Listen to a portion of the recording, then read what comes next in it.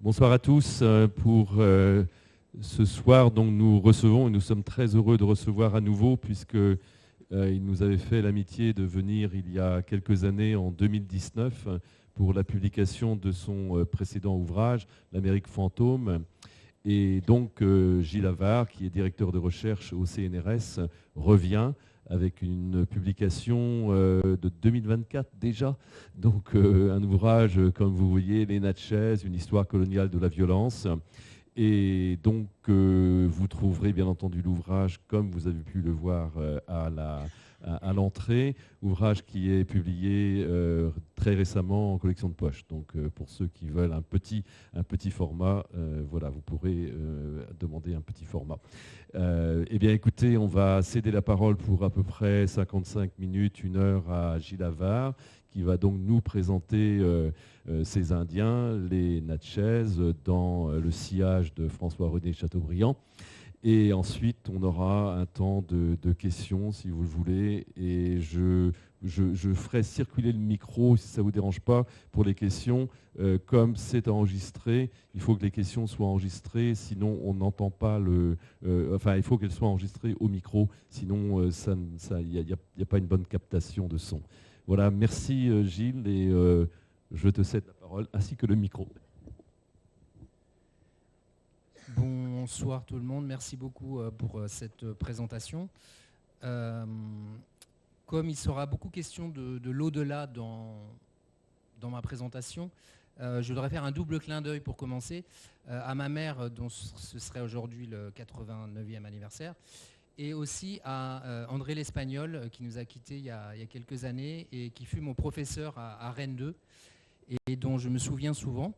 Il me disait notamment de bien structurer mes présentations, mais souvent il me disait plutôt de faire 3 parties. Alors moi je vais en faire 7, donc je déroge pour une fois à ces bons conseils.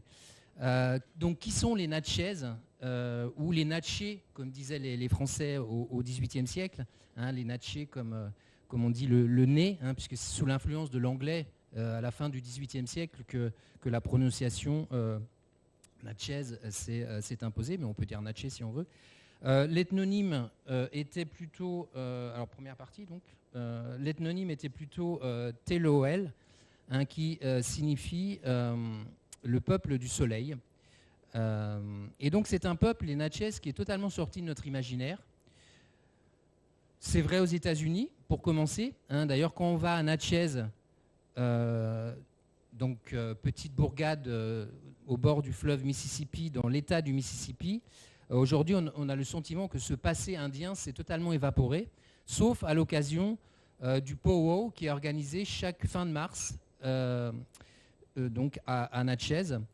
Et là, vous reconnaissez, vous pouvez identifier à gauche le chef Utke Fields, qui est le grand chef Natchez que j'ai pu rencontrer en 2022. J'y reviendrai.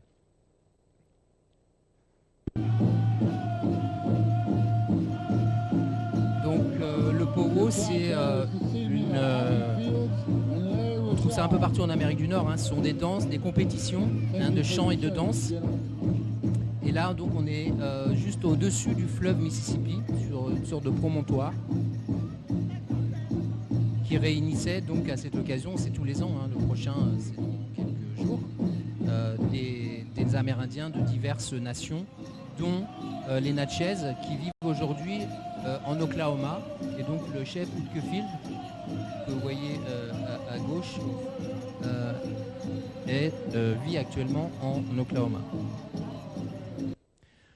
Alors, le cinéma américain, par ailleurs, donc les Natchez, voilà, ils sont oubliés aux États-Unis, et ça s'explique aussi parce que le cinéma américain a privilégié, comme vous le savez, plutôt les Indiens des plaines, hein, les Cheyennes, les Comanches, les Sioux, ou du Sud-Ouest, comme les Apaches ou les Navajos, mais les Natchez, on n'en entend jamais parler dans les westerns, sauf que c'est intéressant de noter, ça je l'ai découvert dans le cadre de ma recherche, personne ne sait sans doute que l'acteur amérindien le plus célèbre, qui s'appelle Wes Studi, de son vrai nom Wesley Shunestudi, est issu de la nation Natchez. Hein. Là, dans le film Hostiles, qui date de 2017, un très beau western, mais on le retrouve aussi dans Danse avec les loups, Geronimo ou toutes sortes de films. Alors en France, les La Louisiane est sortie de la mémoire française. Bon, on connaît la Nouvelle-Orléans, le French Quarter, etc.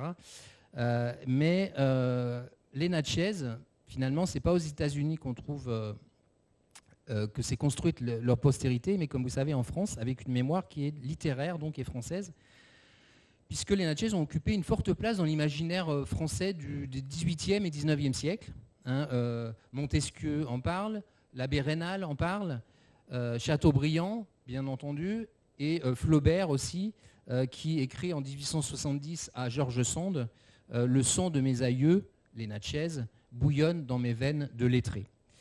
Et bien sûr, le principal passeur, c'est Chateaubriand. On est sur le quai Chateaubriand. Chateaubriand qui a étudié à Rennes quand il avait 14 ans. Donc on est au bon endroit pour parler des Natchez. Quand il se rend en Amérique en 1791, Chateaubriand a 22 ans. Et il n'a pas encore en tête les Natchez, mais il veut trouver une inspiration pour écrire une grande fresque sur la vie primitive. Donc sa démarche n'est pas seulement littéraire, elle est aussi, elle annonce en quelque sorte celle des ethnologues, c'est-à-dire que, comme il le dit, il fallait, à l'exemple d'Homère, visiter les peuples que je voulais peindre. Un peu comme Bernardin de Saint-Pierre qui s'était appuyé sur un voyage dans les Mascareignes pour Paul et Virginie en 1788. Donc la mode est au roman exotique, et dans la tradition de Rousseau, Chateaubriand veut méditer sur l'homme de la nature. Et d'ailleurs, il sera très déçu par sa rencontre avec les Amérindiens, qu'il jugera dénaturé par la colonisation.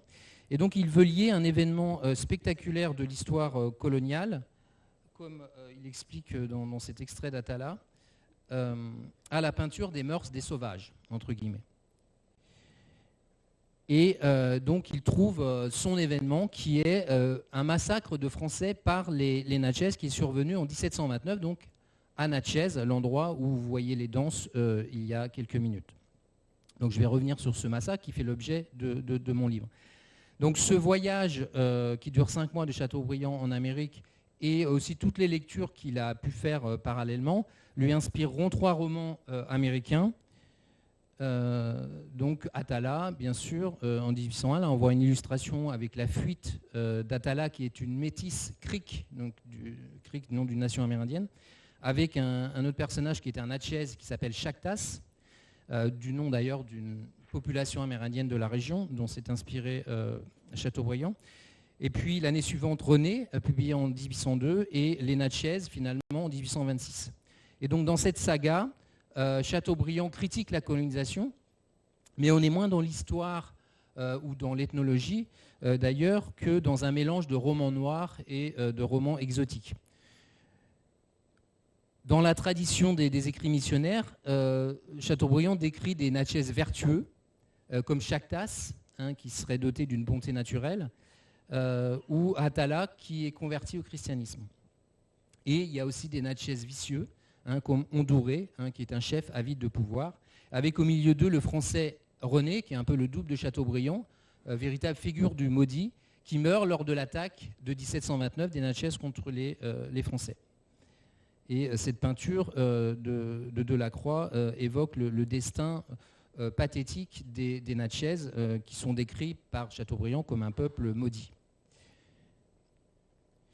Donc, pour débuter cette deuxième partie, je vais commencer par une citation de Chateaubriand. La France possédait autrefois dans l'Amérique septentrionale un vaste empire qui s'étendait depuis le Labrador jusqu'aux Florides et depuis les rivages de l'Atlantique jusqu'aux lacs les plus reculés du Haut-Canada. Alors le terme « posséder » est excessif, mais il y avait bien un empire colonial français qui se construisait des rives du Saint-Laurent aux rives du Mississippi du XVIIe au XVIIIe siècle, avec, comme vous pouvez le voir sur cette carte, en anglais, désolé, l'Acadie, donc les provinces maritimes du Canada aujourd'hui, ensuite toute la vallée du Saint-Laurent, la région des Grands Lacs, et puis la vallée du Mississippi jusqu'à la Nouvelle-Orléans. Et vous pouvez situer Natchez, qui est situé à 300 km au nord de la Nouvelle-Orléans.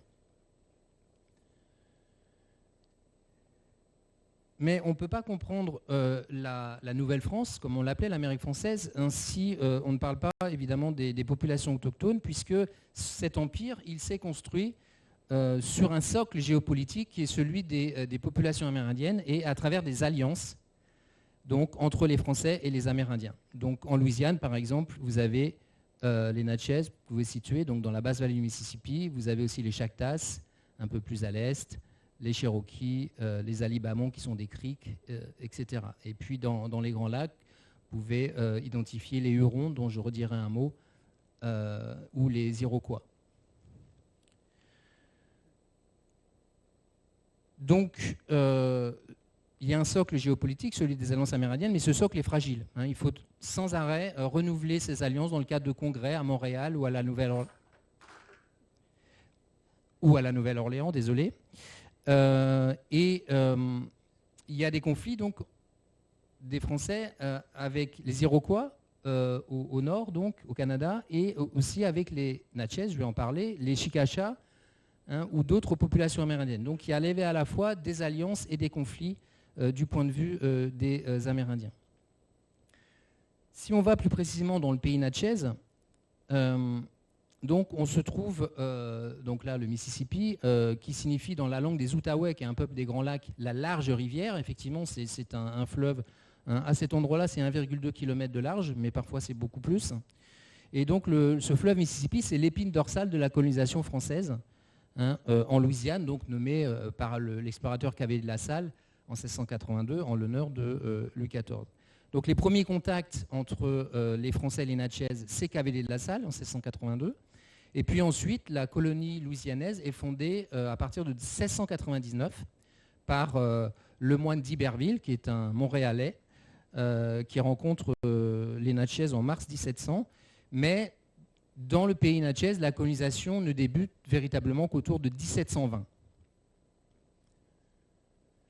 Cette carte en témoigne, où c'est une sorte d'aperçu cartographique, si on veut, qui témoigne du partage du territoire entre les Français et les Natchez. Si les Français s'installent, c'est avec l'accord des Natchez, donc dans le cadre de l'hospitalité des Natchez, et comme un peu partout en Nouvelle-France, ce voisinage entre les Français et les Natchez donne lieu à des échanges économiques, le commerce des peaux de chevreuil par exemple, ou des poteries, contre ce qu'apportent les Français, des fusils, des tissus ou des marmites. On s'échange des services également, par exemple les colons ont recours à des guérisseurs Natchez quand ils ont des problèmes de santé, ou à des chamans pour faire tomber la pluie quand la pluie ne tombe pas, donc en cas de sécheresse.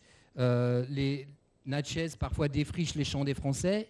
Donc il y a des interactions, il y a des alliances, et de façon plus intime, il y a aussi des unions sexuelles, voire matrimoniales. Alors sur cette carte, qui est une carte de Dumont de Montigny, qui est un des deux grands chroniqueurs des relations entre les Français et les Natchez, qui a vécu plusieurs années donc, dans ce poste des Natchez. Donc sur un territoire, en 1729, donc 10 ans après le début de la colonisation dans le pays Natchez, sur un territoire, disons, de 20 km sur 20 km, on trouve 2500 Natchez qui vivent dans une dizaine de villages et 400 Européens, donc la plupart des Français, avec une garnison d'une trentaine de soldats au fort Rosalie, que vous voyez ici, et le fleuve est en contrebas. Et il y a aussi 200 esclaves africains qui travaillent dans notamment deux grandes concessions qui sont... Si je réussis... Donc il y a cette première concession qui s'appelle la Terre Blanche et la concession de Sainte-Catherine. Et sinon, il y a une dispersion des habitations françaises dans ce territoire. Et on voit ici le grand village des Natchez, où vit le grand chef des Natchez. Et par ailleurs, d'autres villages se trouvent dans les alentours. Il y avait une dizaine de villages Natchez, comme je l'ai dit. D'ailleurs, la concession de Sainte-Catherine est aussi nommée concession des Malouins, du fait de l'origine malouine de la plus grande partie du personnel qui travaille dans cette concession. Donc j'aimerais maintenant poser ce qui est un peu le problème de mon étude à travers une vignette historique très sanglante qui a intéressé Chateaubriand. C'est une tuerie de masse. Comme l'histoire nord-américaine, notamment états-unienne d'ailleurs, a le macabre secret d'en produire régulièrement ces dernières décennies. Mais cette tuerie de masse date donc d'il y a 3 siècles. Et l'événement, vous allez le voir, n'est pas sans évoquer le massacre de la Saint-Barthélemy, de 1572, qui fut un affrontement de proximité où les tueurs catholiques assassinent des protestants bien connus d'eux, souvent leurs proches voisins. Sur cette deuxième carte, toujours du Mont de Montigny, le massacre est évoqué. Donc on est le 28 novembre 1729, il est 8 heures du matin, c'est l'hiver, et il y a 600 hommes natchez qui prennent le chemin des habitations françaises. Donc ils se dispersent parmi les colons, les uns vers le fort Rosalie, les autres vers les 2 concessions de tabac, d'autres vers le débarcadère au bord du fleuve, d'autres vers toutes sortes d'habitations françaises, et ils arrivent avec des présents, du maïs, des volailles, de l'huile d'ours, des peaux de chevreuil, qu'ils comptent troquer aux Français contre de la poudre, des balles et des fusils, puisqu'ils veulent donner aux Français l'impression qu'ils partent à la chasse. Donc tout paraît normal. C'est d'ailleurs la saison de la chasse. Et le commandant, qui est un Basque, qui s'appelle De Chepard, alors cette image est un peu fantaisiste, comme je l'ai noté, d'ailleurs elle n'est pas dans mon livre, mais elle illustre la réception du commandant français des Amérindiens, et là qui sont dessinés un peu comme des Indiens des plaines, hein, donc, et pas vraiment comme des Natchez. L'officier basque De Chepard, j'insiste, sera considéré comme le grand responsable de ce qui va suivre à cause des brimades qu'il aurait fait subir aux Natchez. Donc il est 9h du matin et 30 Natchez, dirigés par le Grand Soleil, le grand chef Natchez, parviennent devant le fort Rosalie en chantant la chanson du calumet. Hein, le calumet, qui est un objet sacré pour les Amérindiens, constitué d'un tuyau et d'un fourneau, et donc qui est à la fois un bâton cérémoniel et une pipe, et qui est emblématique de l'alliance franco-amérindienne. Donc De Chepard reçoit cette délégation en toute confiance, et il y a un chroniqueur du Mont de Montigny qui, un peu pour théâtraliser la scène, décrit De Chepard en robe de chambre, comme sur cette image. Et puis soudain, un coup de feu retentit, un peu plus loin, c'est le signal de l'attaque. Alors à ce moment-là, le grand chef des Natchez, qui fait partie de la délégation, part s'isoler dans le hangar à tabac des Français, à proximité du fort. Et une fois que le chef s'est isolé, la tuerie commence, qui va durer 1 heure ou 2, aux 4 coins du poste des Natchez. Là, l'autre chroniqueur des guerres franco-natchez, à part du Mont de Montigny, c'est Lepage Duprat, qui était un naturaliste, un planteur de tabac, et aussi qui a réalisé cette image à gauche d'un Natchez. Et il y a un artiste récemment qui, un Natchez vêtu d'un pagne, qui tient une massue, qui a aussi un arc et un carquois. Mais là, l'esthétique, c'est plus le bon sauvage en Apollon gréco-romain qu'une pure réalité ethnographique, si j'ose dire.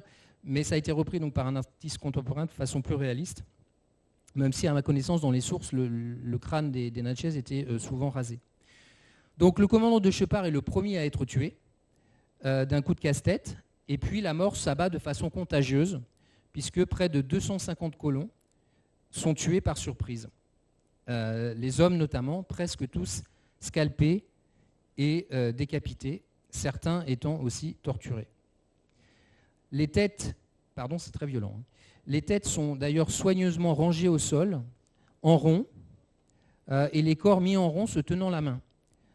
Donc il y a une mise en scène rituelle qui est organisée par les Natchez. Au total, dans le jour du massacre et dans les jours et semaines qui viennent, j'ai fait la comptabilité à partir des sources, donc il y aurait 330 tués parmi les Français. Certains sont d'ailleurs des Bretons, donc ça c'est une image que j'ai préparée spécialement pour aujourd'hui.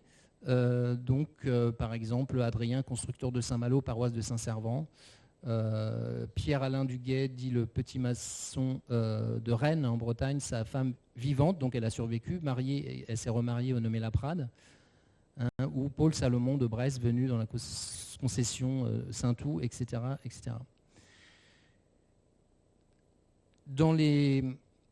Alors on est dans le cadre d'une histoire asymétrique, autant on peut retrouver les noms de tous les Français qui ont été tués, autant malheureusement on ne peut pas trouver les noms de tous les Natchez qui ont été tués lors des représailles françaises, puisque les sources parlent plus des Français, et en tout cas pour ce qui est de la comptabilité des morts.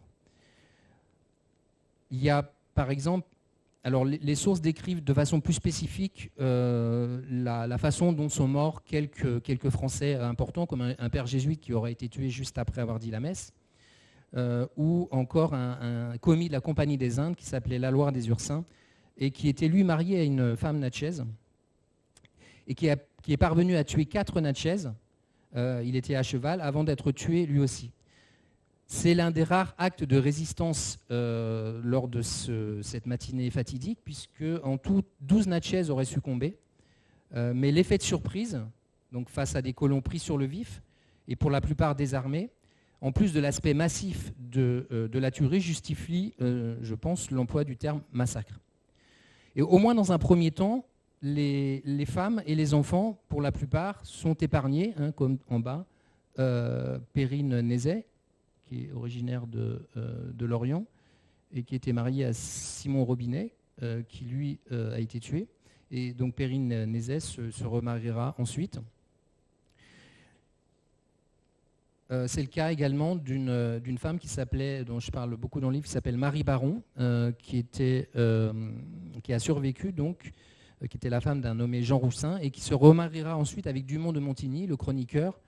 Et donc elle a sûrement donné à Dumont toutes sortes d'informations qui lui ont permis d'écrire ses propres chroniques. Et puis plusieurs femmes, là c'est également très violent, seront tuées dans les jours suivants, notamment 4 femmes enceintes avec leur fœtus arraché, mais aussi plusieurs enfants qui ont été tués. Donc,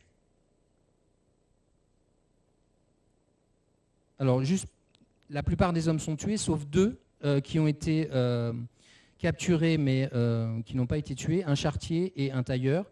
Et il y a une vingtaine d'hommes qui se sont enfuis. Les esclaves africains, de leur côté, sont épargnés, soit capturés, donc devenant des prisonniers ou des esclaves, soit quelques-uns se rallient aux natchez et deviennent leurs canonniers, parce qu'ils avaient l'habitude de manier des canons. Donc c'est un événement traumatique dans l'histoire de la Louisiane, puisque à peu près 13% des colons sont tués en 1 heure ou 2, et que les Français perdent le poste des natchez, donc qui apparaissait comme le plus prometteur sur le plan économique. Donc, 4e partie, qui sont de petites pauses méthodologiques, comme j'essaie de le montrer dans le livre, qui se présente un peu comme une enquête policière. Cette séquence sanglante ouvre à une réflexion sur la violence. Il faut évidemment traiter de la violence coloniale, mais il faut essayer aussi d'analyser les manifestations de la violence amérindienne, notamment dans le contexte colonial, ce qui nous est permis par les sources. Et cette réflexion, c'est le pari méthodologique du livre, doit s'appuyer sur une approche à la fois historique et anthropologique. Donc historique, avec la question suivante, est-ce qu'il s'agit d'une révolte des natchez, puisque c'est ainsi que cela a été consacré par l'historiographie, qui parle de révolte, de rébellion. Est-ce que les natchez ont voulu se venger de quelque chose? Est-ce qu'il s'agit, autrement dit, d'un acte de résistance au colonialisme? Ce qui est certain, c'est que ça a été une surprise totale pour les Français. C'était quelque chose qui était inconcevable pour eux. Il y avait certes eu des heurts violents qui les avaient opposés à 2 ou 3 des 10 villages natchez, mais c'était 6 ans plus tôt, et jamais le village du grand chef.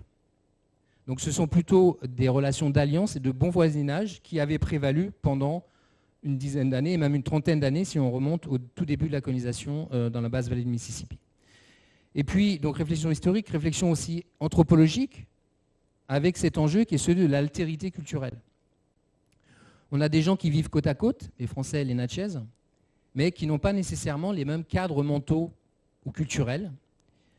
De fait, est-ce qu'on est, au cours de ces 10 années, dans la compréhension mutuelle, ou au contraire, est-ce qu'on est dans l'illusion de la compréhension mutuelle et donc dans le malentendu permanent? Et donc, pour revenir au pari méthodologique qui a été le mien, c'est celui-ci. Pour comprendre un événement de l'histoire coloniale, la description du contexte colonial n'est pas suffisante. Il faut expliquer c'est quoi la colonisation, combien il y a de Français, quels rapports se mettent en place, mais il faut également essayer de rentrer dans les logiques culturelles amérindiennes, d'essayer de les restituer. Par exemple, quel est le rapport à la mort et à la violence dans cette société natchez? Que penser du meurtre des bébés, le fœtus? Que penser de l'isolement du grand chef au moment du massacre? Que penser du rangement des têtes devant le grand chef? Est-ce que ces détails sont purement anecdotiques, on les laisse de côté, ou est-ce qu'ils ont une valeur sociologique particulière?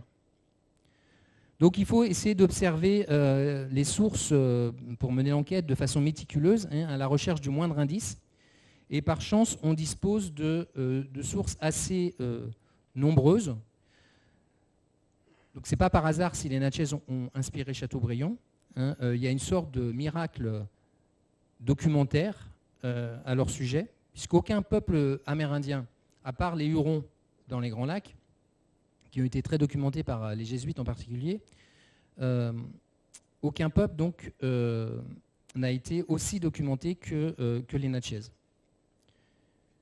Et notamment par, tout en bas, 3 chroniqueurs, le père jésuite Charlevoix, donc, qui est la principale source de Chateaubriand, mais aussi 2 personnages dont j'ai déjà parlé, donc Dumont de Montigny, qui était un officier, et le page Duprat.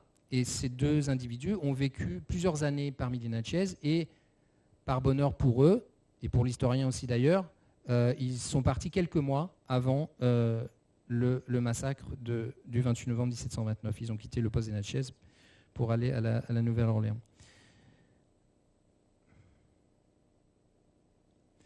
Alors, mon livre essaie de discuter 2 idées reçues. La première, c'est les Natchez se sont révoltés. Alors je vais y revenir parce que s'impose ici une réflexion sur la notion de résistance, qui est un mot devenu un peu magique, me semble-t-il, et qui nous interdit de réfléchir à la dimension culturelle de la violence. Et puis la deuxième idée reçue que j'ai voulu discuter, c'est l'idée que les Natchez auraient disparu. Une idée d'ailleurs un peu véhiculée par Chateaubriand. Donc c'est la question de la permanence ou non d'un peuple, un peuple vaincu par l'histoire, par la colonisation. De fait, l'événement de 1729 aura des répercussions dramatiques pour les Natchez, puisque des représailles seront organisées dans les années suivantes par les Français et leurs alliés amérindiens, parce que les Français ne conduisaient jamais de guerre en Amérique du Nord à l'époque sans des alliés amérindiens. Et en quelque sorte, les Natchez ont subi 2 grands traumatismes au cours de l'histoire coloniale. Le premier étant celui des années 30. Donc les Chactas, ce sont justement ceux qui vont aider les Français à organiser leurs représailles contre les Natchez. Et donc il y a 2 expéditions qui sont conduites, l'une en 1730, l'autre en 1731. Et de fait, on fait appel aussi à un autre gouverneur à partir de 1733, Bienville, qui était le frère cadet d'Iberville, le fondateur de la Louisiane, et qui va organiser une chasse aux Natchez, une sorte de chasse à l'homme, tout au long des années 1730. De sorte que beaucoup de Natchez, dans ce contexte de représailles, sont tués. D'autres sont se dispersent dans d'autres populations amérindiennes, ou d'autres enfin sont déportés, sont capturés et déportés à Saint-Domingue, Haïti aujourd'hui, où ils deviennent des esclaves dans les plantations. Certains ont aussi été torturés en place publique à la Nouvelle-Orléans, comme on le voit sur ces petits dessins sur un manuscrit d'un employé de la Compagnie des Indes qui s'appelait Caillot.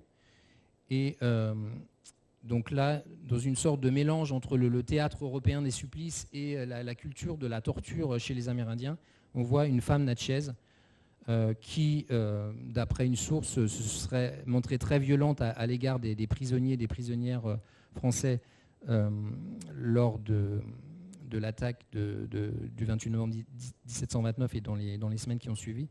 Donc, en guise de vengeance, donc cette torture terrible sur ce qui est aujourd'hui Jackson Square à la Nouvelle-Orléans, donc la place royale. Cette source également intéressante, c'est une liste qui atteste de la guerre à outrance qui est menée par les Français et qui répertorie 446 tués et environ 50, dit ce document, qui survivraient. En réalité, d'autres sources indiquent qu'il y a au moins 300 Natchez qui ont survécu à ces représailles. Et les Natchez qui ont survécu finalement se sont réfugiés dans d'autres groupes, en particulier les Creeks d'en haut, et les Cherokees plus au nord dans les Appalaches. Et donc, avant d'évoquer le deuxième traumatisme, j'aimerais simplement et rapidement dire qu'au XVIIIe, XIXe siècle, certaines sources américaines, là il a fallu aller voir du côté des sources états-uniennes, permettent de documenter la permanence de l'identité natchez, notamment parmi les Creeks, aussi parmi les Cherokees.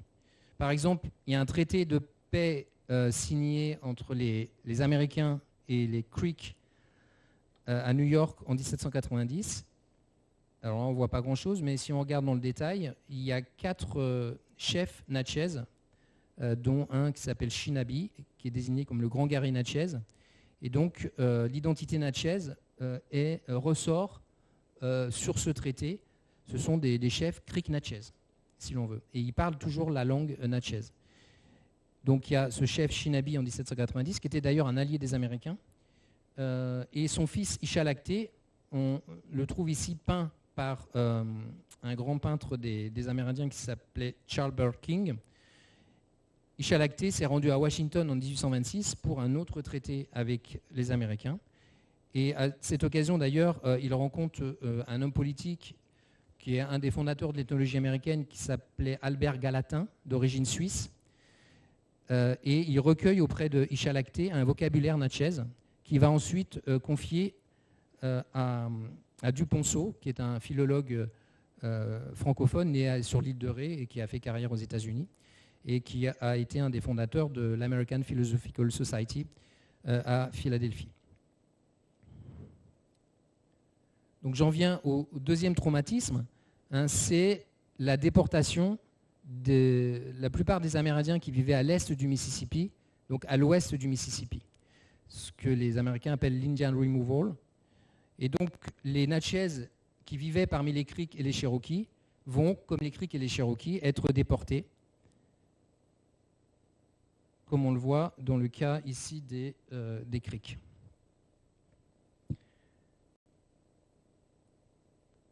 D'ailleurs, dans les années 1730, les Natchez allaient plutôt vers l'est pour se réfugier chez les Creeks et les Cherokees, donc vers le soleil. Dans les années 1830, un siècle plus tard, ils vont vers l'ouest qui, de leur point de vue, est le pays des morts. Ce qui a sans doute renforcé la tragédie de cette déportation. Alors, les Natchez vont être oubliés ou quasi pendant plusieurs décennies. Le label ethnique disparaît des sources américaines jusqu'à leur redécouverte, entre guillemets, par des anthropologues et des linguistes au début du XXe siècle.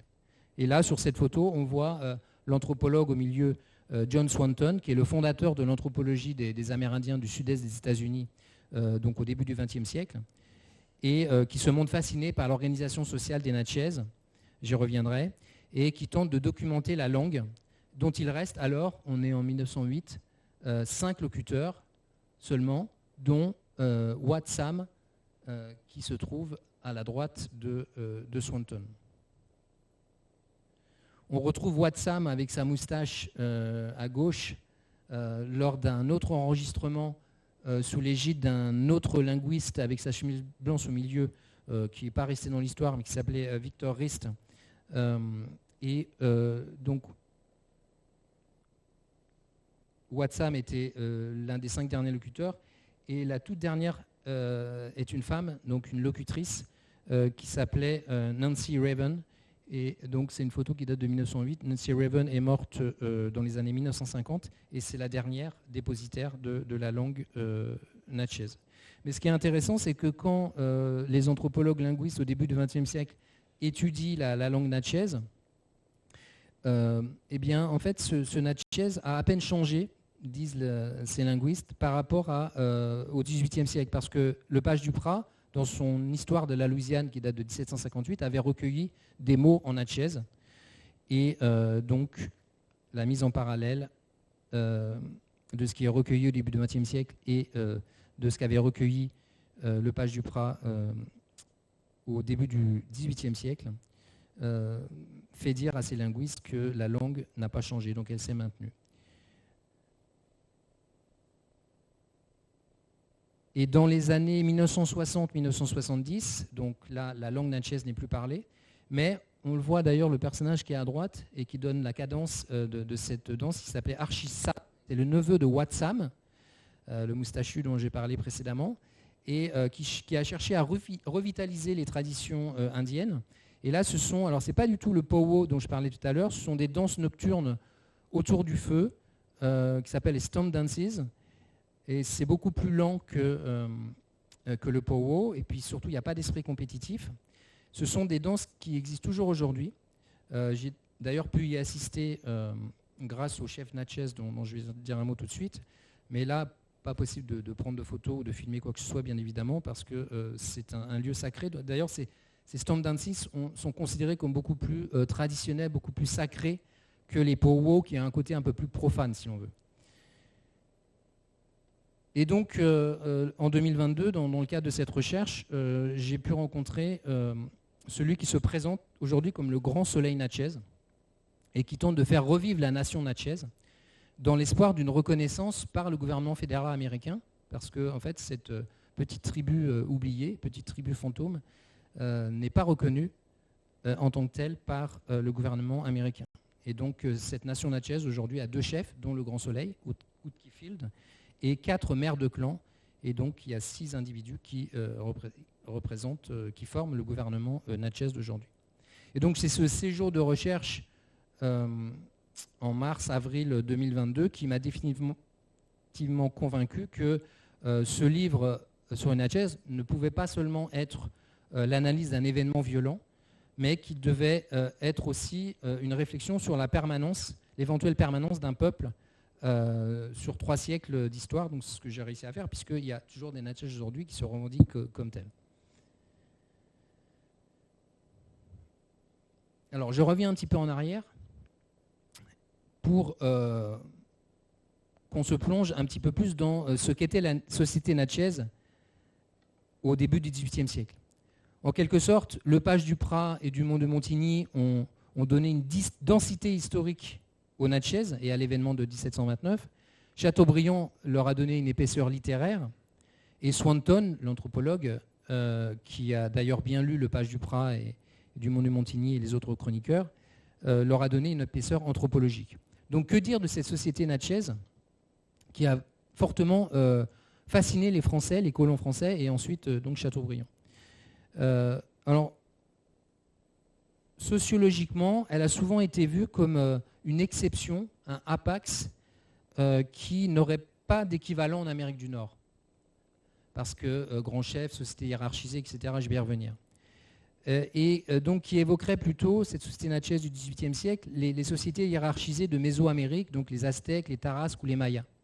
En fait, cette société natchez que découvrent les Français au début du XVIIIe siècle est héritière de ce que les archéologues appellent la civilisation du Mississippi, qui s'est développée donc, tout au long du fleuve du XIe au XVIe siècle, avec notamment, en face de Saint-Louis, dont on parlait tout à l'heure, ce qui était la ville de Cahokia,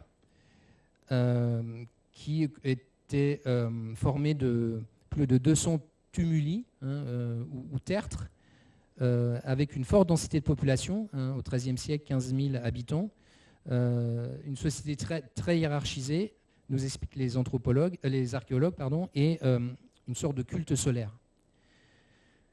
Donc quand les Français arrivent dans la basse vallée du Mississippi, ils sont plutôt habitués, puisqu'il y a des Canadiens. Donc le Canada est colonisé depuis le début du XVIIe siècle. Québec s'est fondé en 1608, Montréal en 1642. Donc la colonisation en Louisiane, c'est autour de 1700. Au Canada, les Français étaient habitués à des sociétés relativement égalitaires, avec des chefs sans pouvoir, comme les Hurons par exemple. Il y avait des chefs, mais des chefs qui ne peuvent pas édicter leurs lois en quelque sorte. Avec cette formule coloniale condescendante qui résume un peu la situation du point de vue colonial, qui parlait les colons de sauvages, sans foi, ni loi, ni roi.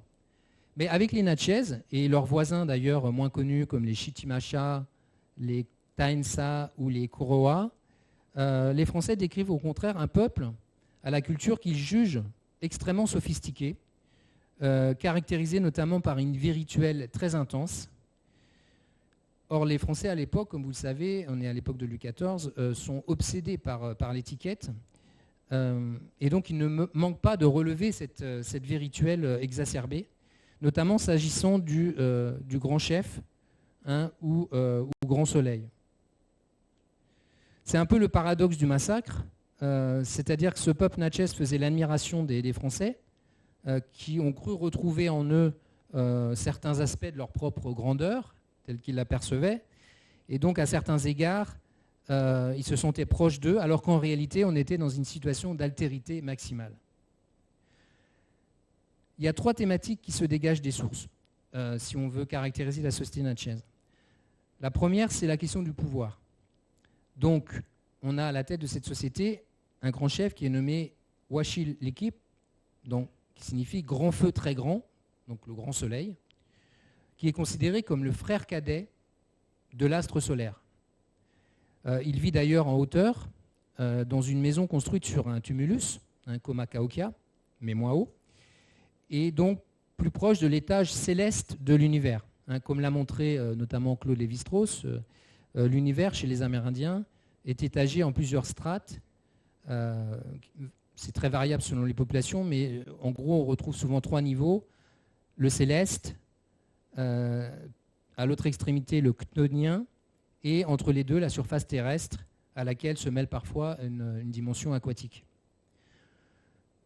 Donc, il y a la cabane du grand chef sur un tumulus, mais il y a d'autres tumuli dans le territoire natchez, sur lesquels sont édifiés ce que les Français appellent des temples, qui sont plutôt en fait des ossuaires, mais à l'intérieur desquels brûle un feu sacré qui est entretenu en permanence par des prêtres, car le feu est symbole du soleil et donc de la vie.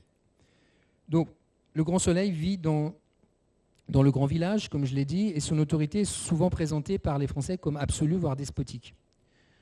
Mais là, il faut essayer de faire la critique des sources et comprendre la grille de lecture des Français, en notant qu'il s'agit en fait, d'après mon analyse, des projections ethnocentriques, c'est-à-dire que l'hypertrophie de la vie rituelle natchez serait la preuve d'une forme d'absolutisme, finalement, selon la grille nobiliaire française. Et puis, il y a aussi des analogies un peu trop rapides avec une autre forme de pouvoir exotique qui est le despotisme oriental. Montesquieu, dans l'Esprit des lois, parle des Natchez et il parle du grand seigneur Natchez qui, dit, je cite, exploite son peuple et gouverne selon ses caprices. En fait, plutôt qu'un roi absolu, on a affaire à un reclus rituel. C'est bien un grand chef, mais une sorte de chef prêtre qui vit à part. Il vit de façon isolée. C'est ce qui explique son retrait lors du massacre de 1729. Il se met à l'écart, il s'isole. En fait, toutes sortes de prescriptions rituelles dans la vie quotidienne définissent le grand soleil comme relevant d'une sphère particulière du sacré. Par exemple, il ne doit pas toucher le sol. Comme on le voit ici, 4 hommes le portent sur une litière. Pas au nom d'une déférence aveugle, mais parce que ce personnage est assimilé à un soleil. Symboliquement, c'est donc une figure circulaire, sans pattes. Et surtout, si le soleil touche le sol, la terre risque d'être incendiée. D'ailleurs, on retrouve cette logique du portage rituel dans de nombreuses populations amérindiennes, les cas les plus connus étant le souverain aztèque et l'Inca qui étaient portés eux aussi. Par ailleurs, dans sa cabane, une clôture isole le grand chef de son entourage. Cette clôture est qualifiée de balustrade par les Français, en référence à celle qui isole le lit du roi à Versailles. Personne ne doit franchir cette limite. Et puis les serviteurs, puisque le grand soleil a des domestiques, ne le regardent jamais dans les yeux. Le soleil éblouit, bien sûr, et il le salue même en aboyant, mais littéralement, comme le feraient des chiens. Et cela, ça indique sans doute la hiérarchie à l'œuvre, car dans la conception des Amérindiens, la race canine est placée dans une position de cadet par rapport aux humains. Il faut noter aussi l'existence d'une femme chef, dont certains chroniqueurs disent qu'elle aurait même plus de pouvoir que le Grand Soleil, et qui est aussi reléguée, qui vit aussi à l'écart. C'est la sœur du grand chef et son fils, le fils donc de cette sœur, est le successeur désigné du Grand Soleil. D'ailleurs, elle promène son fils sur un siège surélevé, donc pour qu'il ne touche pas le sol. Donc première thématique, le pouvoir. Deuxième thématique, je passe du politico-rituel au sociologique, c'est la question de l'organisation sociale, qui a fait couler beaucoup d'encre chez les anthropologues au XXe siècle et dont Lepage Duprat a été en quelque sorte le premier théoricien. Donc c'est une société hiérarchisée qui est constituée, explique Lepage Duprat, de 4 classes. Donc on a d'abord les soleils, qui est une sorte de lignage royal, qui bénéficie de privilèges, ou plutôt qui vit selon des prescriptions rituelles spécifiques. Donc je l'ai dit, on s'adresse à eux par des aboiements, et ils sont enterrés avec des honneurs particuliers, ça je vais y revenir.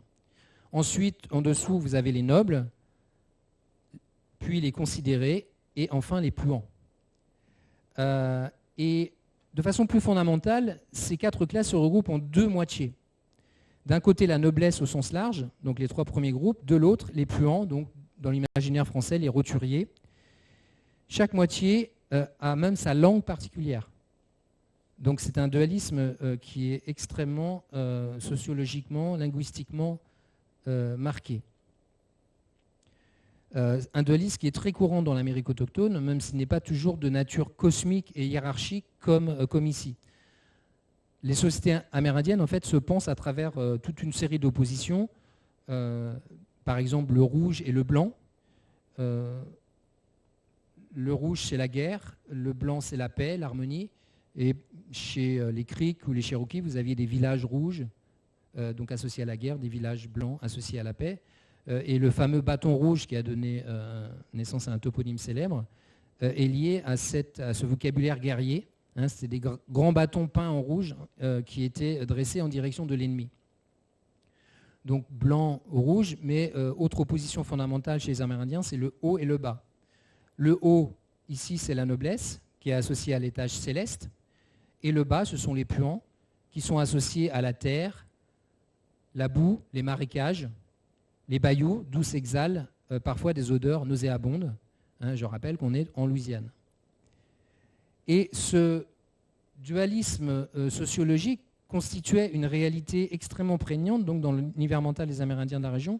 Et l'hypothèse que je fais dans le livre, c'est que ce dualisme a servi au Natchez de grille de classement des Français, qui était considérée en quelque sorte comme une seconde moitié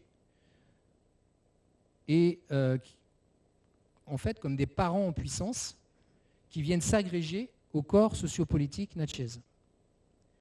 D'ailleurs, il y a un esclave africain qui témoignera après le massacre qu'en 1729, les Natchez avaient rangé les têtes coupées des officiers d'un côté et en vis-à-vis celles des simples habitants, comme s'ils avaient voulu rétablir dans l'espace rituel du massacre la hiérarchie entre les Français, qui auraient aussi leur soleil et leur puant, donc en guise de décalque de leur propre modèle social.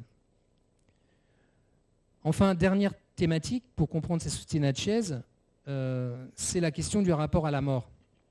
Donc sur les croyances eschatologiques. C'est un aspect de la société natchez qui a frappé les colons français et que j'appelle dans le livre le sacrifice mortuaire. C'est-à-dire la mise à mort par étranglement de plusieurs individus, parfois des dizaines, à chaque fois qu'un homme ou une femme soleil meurt. À la mort d'un individu soleil, il y avait donc toute une série il y a un cycle rituel qui s'engage, et on mettait à mort donc tout l'entourage domestique du soleil, ou de la soleil, une partie de ses parents, les blessés graves, des personnes âgées et impotentes, donc une forme de suicide, avec l'idée aussi d'un quota, c'est-à-dire plus le soleil mort était prestigieux, plus le nombre de sacrifiés devait être important. Et là, on voit la représentation des cérémonies funèbres du serpent piqué, qui était le frère du grand soleil et qui est mort en 1725. Et quelques chroniqueurs racontent ce qui s'est passé à ce moment-là, dont le page Duprat. Et ce cycle cérémoniel est marqué notamment par un parcours funèbre qu'un chroniqueur appelle la marche des cadavres, où on se rapproche du temple qu'on voit sur l'image, et en effectuant, là on ne voit pas très bien, c'est trop clair, mais des boucles, des spirales, jusqu'à atteindre le temple, donc des boucles et des spirales qu'on peut renvoyer à la forme circulaire de l'astre solaire. Et puis on donne à tous ceux qui vont être sacrifiés, donc je crois là il y en avait 17 lors de la mort du serpent piqué, on leur donne un intoxicant mêlé à du tabac, on leur met une cagoule de chevreuil sur la tête et on tire d'un coup sec la corde d'étranglement. Et ce sont parfois, disent les chroniqueurs, les propres parents de la victime qui agissent en faisant un cri de mort. Et il y a aussi, de façon intéressante, dans l'analyse que je propose dans le livre, même si tout cela est très évidemment violent, des bébés qui sont étranglés par leurs propres parents au tout début de ce cycle rituel. Donc dans la société natchez, en gros, il existe deux principales formes de violence qui sont placées dans un continuum. Il y a la guerre, j'en ai pas parlé, mais la guerre, ça consiste à aller au loin, capturer des ennemis pour les tuer ou pour les capturer et pour certains d'entre eux pour les adopter. Des ennemis qui sont parfois scalpés ou décapités. Le scalp en Amérique du Nord, c'est le trophée le plus commun, comme vous le savez, mais parfois la tête entière était également prise. Le scalp est plus léger à transporter. La mort est aussi plus lente si vous prenez le scalp, donc ça se rapproche de la torture. Et sur ce médaillon qui date du XIIIe siècle, on voit bien qu'il y a le guerrier a une tête d'ennemi dans la main, avec le motif fourche qui rehausse l'œil. Si vous regardez son œil, un motif en fourche qui est typique de l'iconographie de la civilisation du Mississippi dont je vous parlais, et qui évoque le faucon, les yeux du faucon pèlerin, qui était un rapace associé à l'agressivité guerrière, qui avait de l'agilité et qui était très rapide dans la poursuite de ses proies. Donc deux formes de violence placées dans un continuum, donc la guerre d'une part, et l'autre c'est le sacrifice mortuaire dont je parlais. Les préhistoriens parlent, parce qu'on retrouve cette pratique dans d'autres civilisations, parlent de mort d'accompagnement. C'est-à-dire qu'il s'agit d'accompagner le soleil mort dans le pays des morts, qui est perçu comme une sorte de pays de cocagne, où la chasse sera abondante, et donc où l'entourage sacrifié continuera à servir le soleil. Donc la guerre, le sacrifice, ce n'est pas la même chose, mais il y a une continuité sur laquelle je n'insiste pas, car le temps passe. Mais simplement une anecdote pour comprendre à quel point tout cela a pu embarrasser les Français. Le page Duprat explique qu'il reçoit un jour une proposition de mariage de la part d'une femme soleil. Il refuse en disant, rapporte-t-il, « Est-ce que tu me prends pour un puant ?» En effet, les soleils, hommes ou femmes, n'épousent que des puants. Donc une femme soleil doit épouser un puant, et de fait, si le page met en avant le page Duprat met en avant le risque, en acceptant cette union, d'être lui-même étranglé lors des funérailles d'un soleil, à commencer par sa femme potentielle. À la mort d'une femme soleil, son époux puant est toujours exécuté.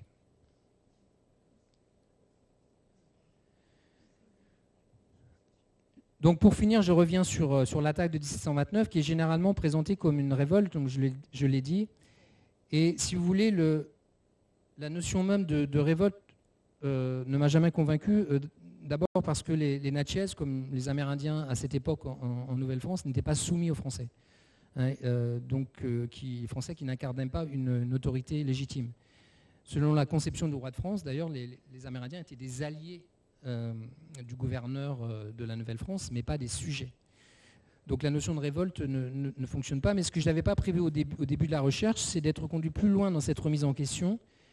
Et je l'ai fait donc en historien, en critiquant les sources. Pour tous les détails, c'est dans le livre, car le temps passe. Et à la manière d'un ethnologue, même si je ne suis pas ethnologue, mais historien, mais j'essaie d'avoir une approche ethnologique, anthropologique, qui m'a conduit à soutenir la thèse, qui reste une hypothèse, hein, parce que c'est indémontrable, on n'est pas dans les sciences dures, ça reste des sciences sociales, c'est que l'alliance franco-natchez relevait d'un dispositif autochtone d'intégration dualiste, deux moitiés qui doivent s'intégrer, la moitié natchez, la moitié française, mais que ce processus d'intégration s'est enrayé. Le premier argument pour étayer cela, c'est de dire qu'avant l'arrivée des Français, ou au moment où ils arrivent, il y a parfois des peuples qui en accueillaient d'autres, parmi les Amérindiens, et au bout de quelques mois, comme dans le cas des Bayagula et des Mugulacha, eh bien, l'une des deux, les Bayagula, en 1700, ont massacré 200 Mugulacha, hein, comme si finalement les Mugulacha n'avaient été à leurs yeux que des morts en sursis. Donc la cohabitation entre deux populations amérindiennes accouche d'une tuerie massive. La deuxième élément de contextualisation culturelle pour étayer cette hypothèse de l'échec de l'intégration dualiste finalement, je reviens à la question du sacrifice domestique. Et c'est un témoignage qui a joué un rôle important dans mon enquête. En 1699, donc on est 30 ans avant le massacre de 1729, un missionnaire rapporte un propos prémonitoire. Hein, les Français regrettent qu'au décès d'un soleil, donc il y a un soleil qui vient de mourir, et il y a 30 proches de ce soleil qui ont été mis à mort. Et les Français le regrettent. Et le chef Natchez réagit alors en disant à un Français, « Quoi donc si je mourais, est-ce que vous ne voudriez pas bien mourir avec moi ?» Voulant peut-être lui faire un grand honneur, dit le chroniqueur. Ce à quoi le Français aurait répondu, sans beaucoup hésiter, dit le missionnaire, ceux qui pouvaient mourir quand ils voudraient, mais qui n'étaient point du tout dans le dessein de le suivre. Alors bien sûr, on peut percevoir dans ce dialogue des résonances avec la rhétorique tragique du XVIIe siècle, mais par-delà l'exacte formulation, ce propos, en plus de souligner le caractère contagieux de la mort d'un chef doit être suivie de celle de tout son entourage, traduit d'emblée l'enjeu de la parenté qui est au cœur de la rencontre entre les Français et les Natchez. C'est-à-dire en 1699, les Natchez ne subissent aucune pression coloniale, mais la possibilité d'un sacrifice collectif de Français est banalement suggérée par le chef, comme preuve finalement de leur adoption. Les Français lui apparaissent comme des parents en puissance, soumis aux règles de la communauté. Or, la parenté chez les Natchez, ça peut être l'adoption, l'amour, des relations sociales très, très intenses et très bénéfiques, mais c'est aussi potentiellement une porte ouverte vers la mort. Et juste pour terminer, donc de fait, c'est pour ça que j'essaie d'analyser cet événement comme la mise en branle d'une violence hybride qui puise à la fois dans les formes de la guerre et dans les formes du sacrifice rituel mortuaire dont j'ai parlé tout à l'heure.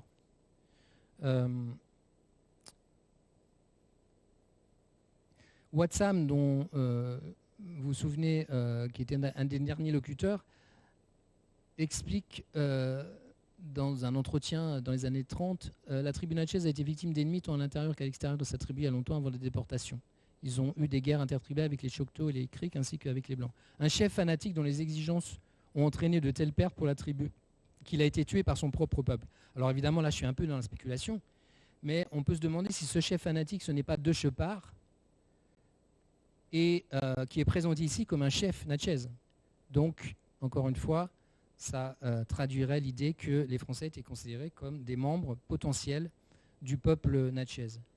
Et je terminerai avec le chef Uchtefeld qui, lui, en affirmant détenir ça de la tradition orale des Natchez, explique que la décapitation des colons en 1729 aurait eu cette vertu radicale.